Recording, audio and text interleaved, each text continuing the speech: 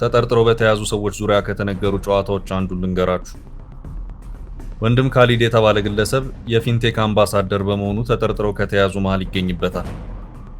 ግለሰቡ የሚታወቀው በአቋቋሙ የእርዳታ ድርጅት ነው። ታዲያ አንዱ ምን አለ? የወንድም ካሊድን መታሰር ስሰማ የሚረዳቸው ሰዎች እንደው ምን ሆነው ይሆን ብዬ ለመጠየቅ ሄጄ ነበር። አንዱን ተረጃ አግኝቼ ስጠይቀው አሁን ነው እርዳታው በትክክል እየደረሰ ነው ያለው አለኝ ብሏል። መቼም እዚህ ሀገር አንዴ ወድቀ አለመገኘት ነው። በፍቃድ ወድቀ ከተገኘ በኋላ ምሳር ሲበዛብህ ለምን ማለት አትችልም። ተማምለን ነበር እንዳናንቀላፋ፣ ተኝተሽ ተገኘሽ መተማመን ጠፋ እንዳለው ዘፋኙ ያመንከውን ሰው ወድቆ ያገኘው ዕለት በቃ እኮ በቃ። በተለይ ማህበራዊ ሚዲያው ጥሩ እንቅልፍ አያስተኛ። ምንም እንኳን ዛሬ ስሙ ገኖ በመውጣቱ ፊንቴክ ይባላል እንጂ እነዚህ ተጠርጣሪዎችና የድርጅቱ ባለቤት የሆነው ዳንኤል ዮሐንስ የሚተዋወቁት ገና ድሮ በሄሎ ታክሲ ዘመን ነው። ያኔ እዚህ ድራማ ዋናው ተዋናይ ዳንኤል ዮሐንስ ሜሴንጀር ዳን በሚል ስም ነበር የሚታወቀው። መልእክተኛው ዳንኤል እንደማለት ነው። በእምነት ተቋም ውስጥ በቅጽል ስም አንዳንድ እዚህ ለመጫወት የማያመቹ እንቅስቃሴዎችን እያደረገ ሳለ የመንገድና ትራንስፖርት ባለስልጣን አሮጌ ላዳዎችን የማዘመን ሐሳብ ያመጣል። ይህ ሐሳብ ከቤተ እምነቱ ጨዋታ ይልቅ እንደሚያዋጣው ስላመነ ሜሴንጀር ዳንኤል ዮሐንስ ነኝ የምን መልእክት ነው ብሎ የመኪና ደላላ አስመጪ ሆነ። ከዛስ እንዳትሉ ከዛ የሆነውን አብረን እያየን ነው። ሰሞንኛውን የፊንቴክ ወሬ ነው። የፊንቴክ አምባሳደሮች የመኪና ባለቤት እናደርጋቸዋለን በሚል የ1.7 ቢሊዮን ብር ጉዳት ባደረሱት የፊንቴክ ኢንቨስትመንት ድርጅት መስራችና ባለቤቶች ላይ ምርመራ አጣርቶ ለአቃቤ ሕግ በመላክ ክስ መመስረቱን ሰምተናል። ድርጅቱን ሲያስተዋውቁ የነበሩ ታዋቂ ሰዎች በቁጥጥር ስር ውለው ፍርድ ቤት ቀርበው የጊዜ ቀጠሮ ጠይቆባቸው ፍርድ ቤትም እስከ መጋቢት 30 ቀን 2018 ዓ.ም መፍቀዱ ተነግሯል። ፊንቴክ ኢንቨስትመንት የግል ድርጅት መስራችና ባለቤቶች የሆኑት ዳንኤል ዮሐንስ ኢየሱስና ግርማይ ገብረ ሚካኤል ይህደጎ የተባሉት ተጠርጣሪዎች ታዋቂና ተጽዕኖ ፈጣሪዎችን በመጠቀም ከ1200 በላይ ዜጎችን በማጭበርበር የ1.7 ቢሊዮን ብር ጉዳት በማድረሳቸው በ19 አይነት የተለያዩ ወንጀሎች ምርመራ አጣርቶባቸው ለአቃቤ ሕግ በመላክ አቃቤ ሕግ ክስ መመስረቱን የኢትዮጵያ ፌዴራል ፖሊስ አስረድቷል። መጀመሪያ ክሱ የቀረበው ለአዲስ አበባ ፖሊስ ጠቅላይ መምሪያ ቢሆንም ምርመራው ውስብስብና ከፍተኛ ልምድ የሚጠይቅ ድንበር ተሻጋሪ በመሆኑ በተደራጀ መልኩ መጣራት ስላለበት ጉዳዩን ወደ ኢትዮጵያ ፌዴራል ፖሊስ በማምጣት ምርመራው በስፋት ሲጣራ መቆየቱን ፖሊስ ጠቅሷል። ተጠርጣሪ ዳንኤል ዮሐንስ ላይ ክስ ተመስርቶበት ማረሚያ ቤት ሆኖ ክሱን እንዲከታተል መደረጉንና ተጠርጣሪ ግርማይ ገብረ ሚካኤልን ደግሞ በቁጥጥር ስር ለማዋል ክትትል እያደረገ መሆኑን የኢትዮጵያ ፌዴራል ፖሊስ ተናግሯል።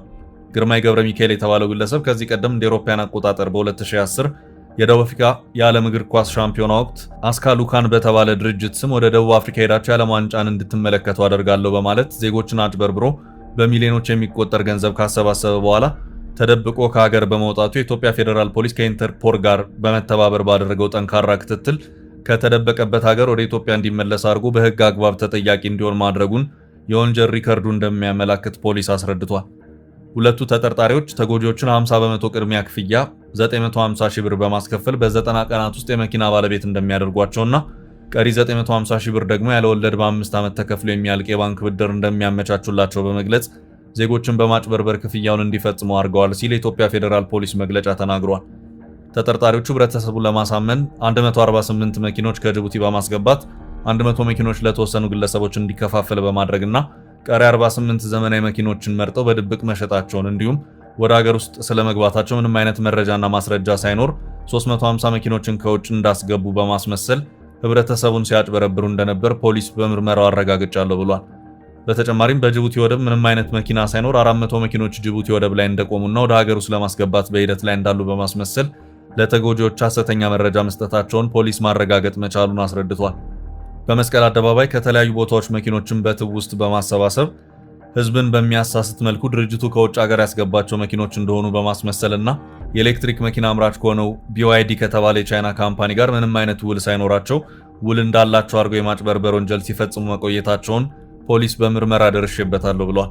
ተጠርጣሪዎቹ በጅቡቲ ውስጥ አልፋቲዞ በሚል ስም ድርጅት በማቋቋም BYD ከተባለ የቻይና ካምፓኒ ጋር አብሮ ከሚሰራ ሌላ ድርጅት ጋር በመነጋገር 10 በመቶ ቅድመ ክፍያ በመክፈል የመጀመሪያዎቹን 148 መኪኖች ወደ ሀገር ውስጥ አስገብተው እንደነበርና ተጨማሪ 188 መኪኖችም በተመሳሳይ 10 በመቶ ቅድመ ክፍያ ለድርጅቱ በመክፈል መኪኖቹን ተረክበው ወደ ሀገር ውስጥ ሳያስገቡ ጅቡቲ ላይ እንዲሸጡ ማድረጋቸውንና በአጠቃላይ 336 መኪኖችን 10 በመቶ ጅቡቲ ለሚገኘው የቻይና ድርጅት በመክፈል ወስደው ቀሪ 90 በመቶ ክፍያ አለመፈጸማቸውን የኢትዮጵያ ፌዴራል ፖሊስ ባደረጉት ምርመራ ደርሼበታለሁ ብሏል።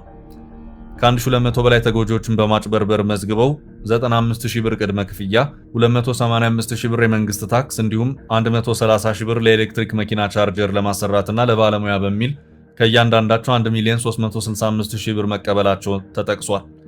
የፊንቴክ ኢንቨስትመንት ድርጅት ባልተገባና በተጋነነ መልኩ በማስተዋወቅ በህገወጥ መንገድ ከተሰበሰበው ገንዘብ ተጋሪ በመሆን የተጠረጠሩ ሰለሞን ቦጋለ፣ ሰራዊት ፍቅሬ፣ ዳንኤል ተገኝ፣ አብርሃም ግዛው፣ ይገረም ደጀኔ፣ መንሱር ጀማል እና ካሊድ ናስር የተባሉ ታዋቂ አርቲስቶችና የማስታወቂያ ባለሙያዎችንም የኢትዮጵያ ፌዴራል ፖሊስ በቁጥጥር ስር አውሎ ፍርድ ቤት በማቅረብ የጊዜ ቀጠሮ ጠይቆባቸው ፍርድ ቤትም እስከ መጋቢት 30 ቀን 2018 ዓ.ም መፍቀዱ ተነግሯል። የኢትዮጵያ ፌዴራል ፖሊስ በማጭበርበርና በህገወጥ መንገድ የተገኘን ገንዘብ ህጋዊ አስመስሎ በማቅረብ ወይም መኒ ላውንድሪንግ እና የድንበር ተሻጋሪ ወንጀሎችን ጨምሮ በ19 የወንጀል ጉዳዮች በተጠረጠሩ የፊንቴክ ኢንቨስትመንት ድርጅት መስራቾችና ባለቤቶች እንዲሁም በህብረተሰቡ ዘንድ ያላቸውን እውቅናና ተቀባይነት በመጠቀም ሆን ብለው የተጋነነ ማስታወቂያ በመንገርና በተለያዩ ማህበራዊ ሚዲያ ሐሰት መረጃዎችን ለህብረተሰቡ በማሰራጨት ዜጎች እንዲጭበረበሩ በማድረግ በህገወጥ መንገድ ከተገኘው ገንዘብ እያንዳንዳቸው አሁን ባለው የገበያ ዋጋ 8 ሚሊዮን ብር የሚያወጣ BYD ሶንግ ፕላስ የመኪና ስጦታ በመቀበል በህገወጥ መንገድ የተገኘን ገንዘብ ህጋዊ አስመስሎ በማቅረብ ወይም መኒ ሎንድሪንግ እና በዜጎች ላይ ከ1.7 ቢሊዮን ብር በላይ ጉዳት በማድረስ በተጠረጠሩ አርቲስቶችና የማስታወቂያ ባለሙያዎች ላይ የጀመረው ምርመራ ይቀጥላል ተብሏል።